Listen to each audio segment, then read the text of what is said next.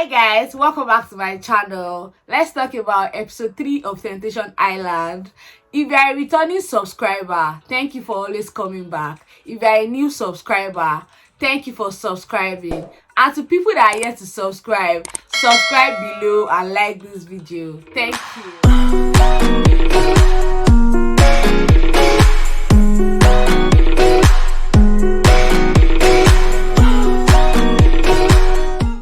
Episode 3 of Temptation Island season 3 was nice. It was not very dramatic, it was just there. We saw the other part of the bonfire. Kristen saw Julian almost getting a lap dance and the producers did them dirty. You all remember that Julian fell off the chair just because he didn't want to get a lap dance, and now they didn't even show Kristen that part. They only showed that the part where he almost got a lap dance. They didn't show her what happened before and what happened after. Now she'll be thinking, did he actually sit there and get a lap dance? Do you not know your priorities? Don't you know why you're there? Blah blah blah.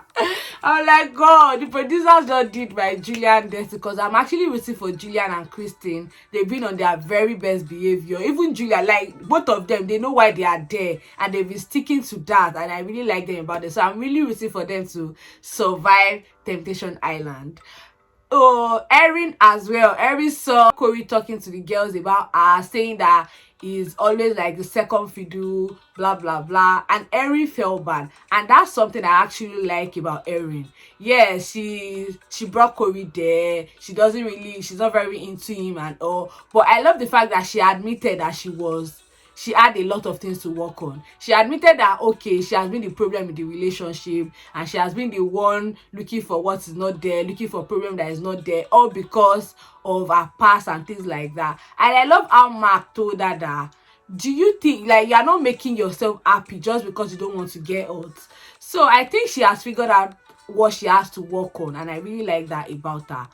And after the whole ladies bonfire, the guys did their own bonfire as well, and all the guys, they didn't really see anything annoying. All of them were cool with what they saw, and Julian was like, okay, Kristen is opening up. And I like what Julian said, that he's on the island to work on himself, because he was the one that cheated in the relationship, and it's been 5 years since he even cheated on her. So this guy has been sorry for the past 5 years, and he has been trying to earn Kristen's trust back. And now some Nigerian men left the chat. Those ones, they will cheat on you and still be feeling like it's within their right to cheat on you. It's crazy. So he has been apologizing since then. He even said that left to Kristen, she would have left that relationship, but he has just been telling her that, don't worry, I'm going to be a better man, I'm sorry, things like that. And I feel like he knows why he's there, and he's sticking to that, and he has been on his best behavior, and I really like that about Julian. And I'm really rooting for him and Kristen to survive the island.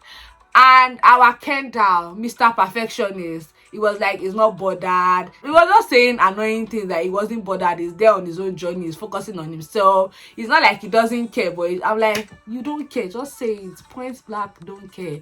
You don't care. And I feel he just took Erica to the island to go and cheat on her freely.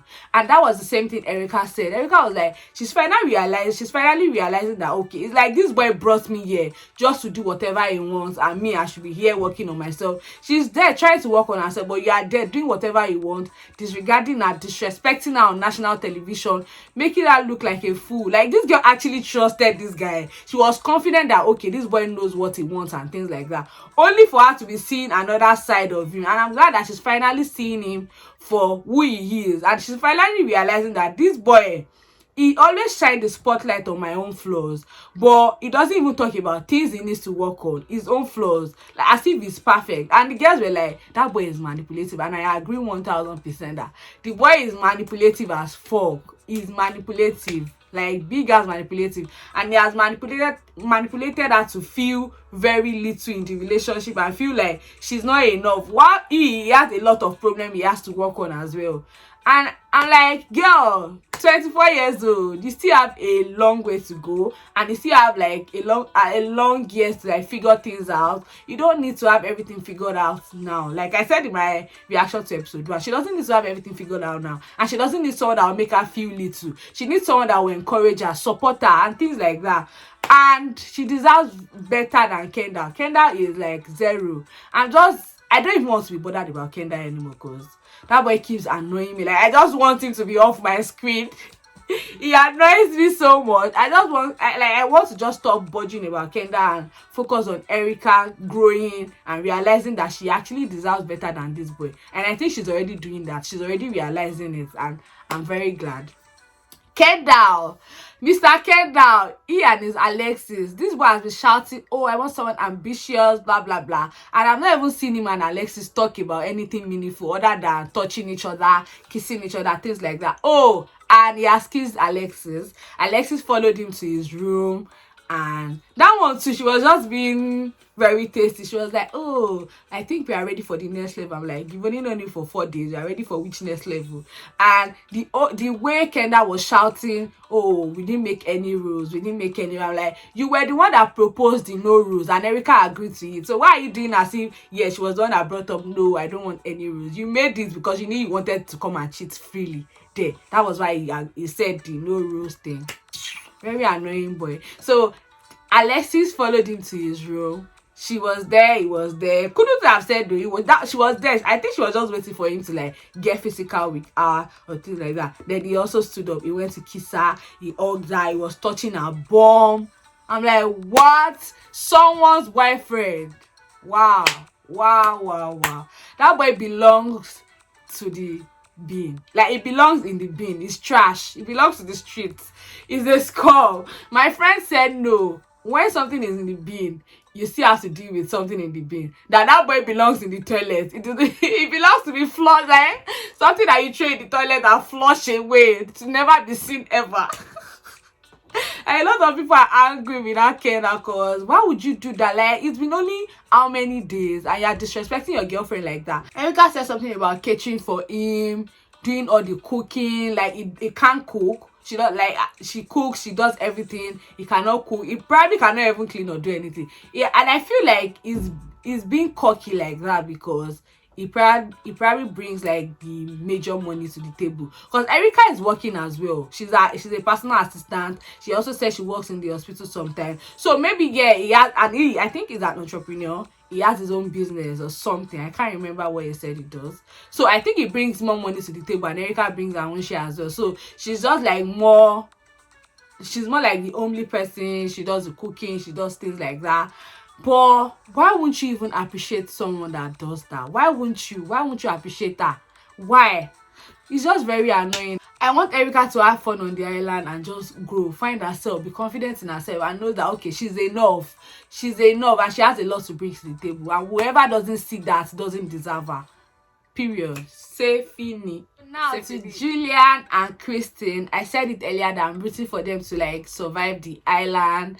Julian has been on his very best behavior. Even on his date, he told his date that he really loves Kristen and he wants them to survive the island. That he didn't even come there with the hope that they won't go leave the island together. That he just wants to like grow and make her see that, okay, I'm the best man for you, you can trust me and things like that.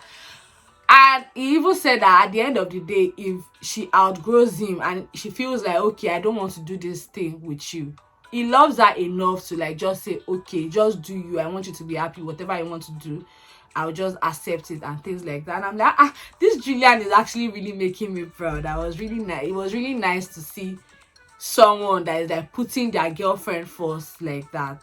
And Kristen on the other end too can't stop talking about Julian this, Julian that, and the boys were like even making fun of her that this special Julian this, Julian that, blah blah. I'm like, you guys should be empathetic. She has been dating this guy for 11 years since high school. Of course, our whole world revolves around him. So you don't expect him to just start giving you attention on day 4 like that and just forget about her boyfriend. So I feel like they should be more sensible and more empathetic to her, because I didn't like how they were like, oh, Julian this, Julian that, blah blah blah. It wasn't nice at all.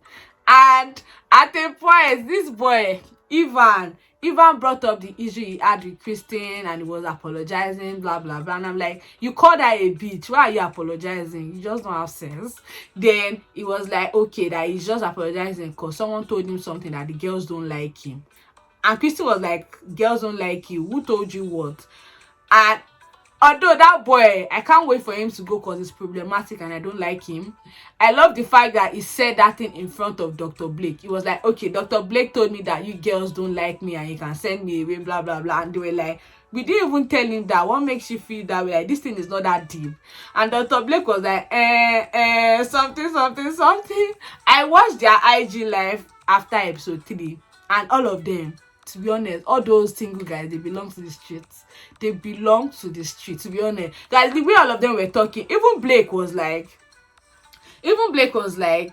oh, he would have done the same thing Kendal did on this show. And I'm like, what? And this is the person Chelsea is giving attention.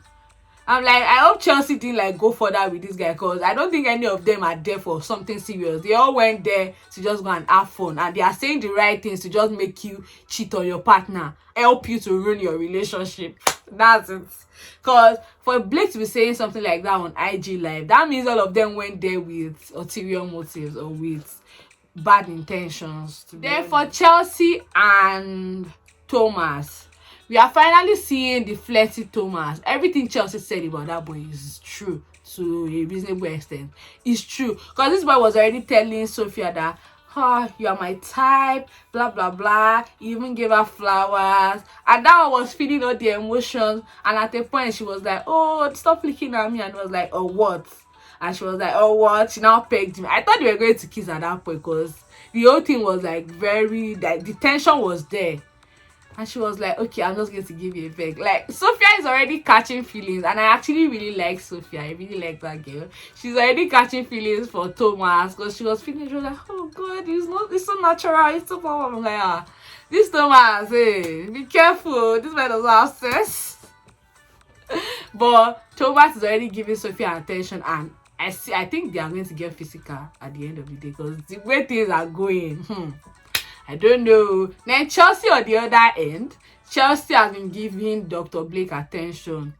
And I feel like she's already getting emotionally invested in Dr. Blake. And I don't see Dr. Blake as someone that has sense. That boy, I feel like it's even worse than Thomas, because he has just been saying all the right things to get her to like him and things like that.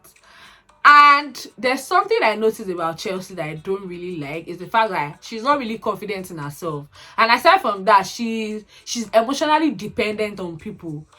I feel like she cannot stand on her own and like be like just work on herself or just stay on her own. Because she's already putting all her like emotions on Blake. She's already getting like strength from Blake, everything from Blake. And like, is it not too soon? It's just day 4, and I don't feel like she should chill. She needs to calm down. She really needs to calm down. And that's that about them. Then to Corey and Erin.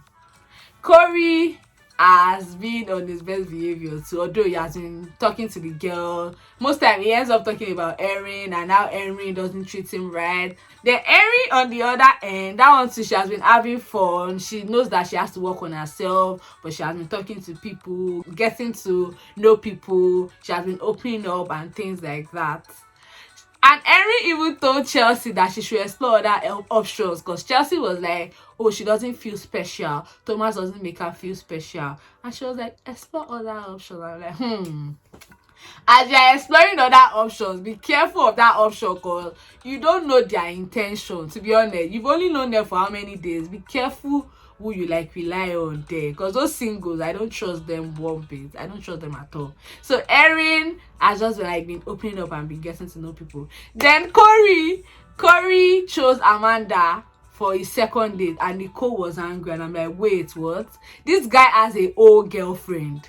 His girlfriend is just across the villa. This guy doesn't owe you anything. You are not in a relationship with him. He chose you for his first date, and that was it. He doesn't have to tell you that he's picking another person for his second date, because it's not automatic.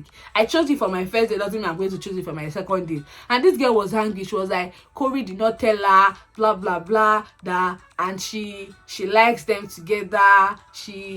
Corey is her type, and they will make a cute couple. That people are already telling her in the villa that they will make a cute couple, that she was already loving her. Like, it's only day 4 or day 3 and you're already loving someone's boyfriend. Are you joking? This girl was legit crying that why would you choose Amanda, that he ought her.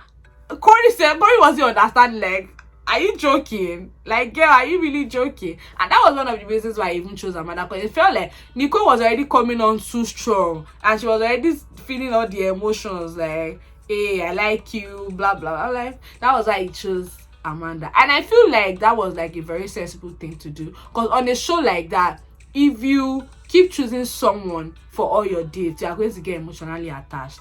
That's just it. That's why we have talking stage, because once you start talking to one person every time for a very long time, there's no way you won't feel this attachment towards that person, and before you know it, you're already getting physical. Before you know it, you're already cheating on your partner and things like that. So I think it was smart for Corey to like choose another person for his date. And the single girls were so tasty. They were just being very, very tasty, because I don't understand their problem. Alexys was like, Kendal is a great guy, and I'm like, he's a great guy. You've only known him for 4 days and you think he's a great guy. Someone is cheating on his girlfriend, like his girlfriend is just across the way. Someone is cheating on his girlfriend on an island on national television, and you think that one is a great guy. She was like, oh, I've never been with a great guy like Ken. I'm like, you think Ken is a great guy because he's giving you attention? Wow.